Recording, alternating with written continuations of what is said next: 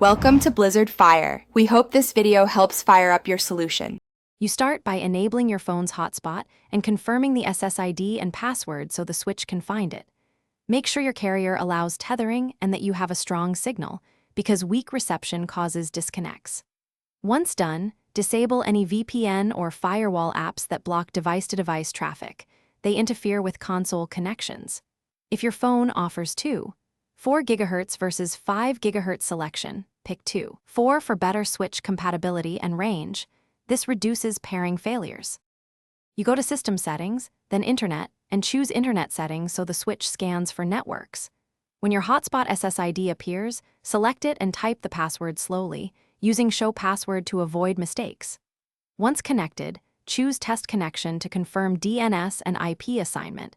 This reveals whether your phone granted an address.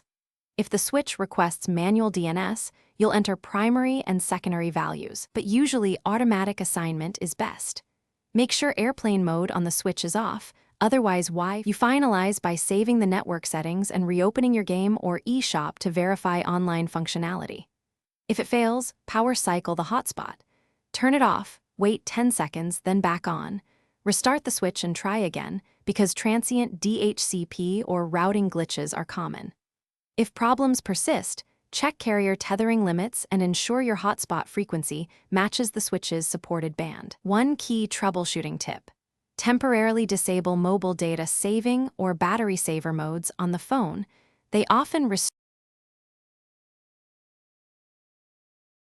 Thanks for watching. If you found this helpful, don't forget to like and subscribe.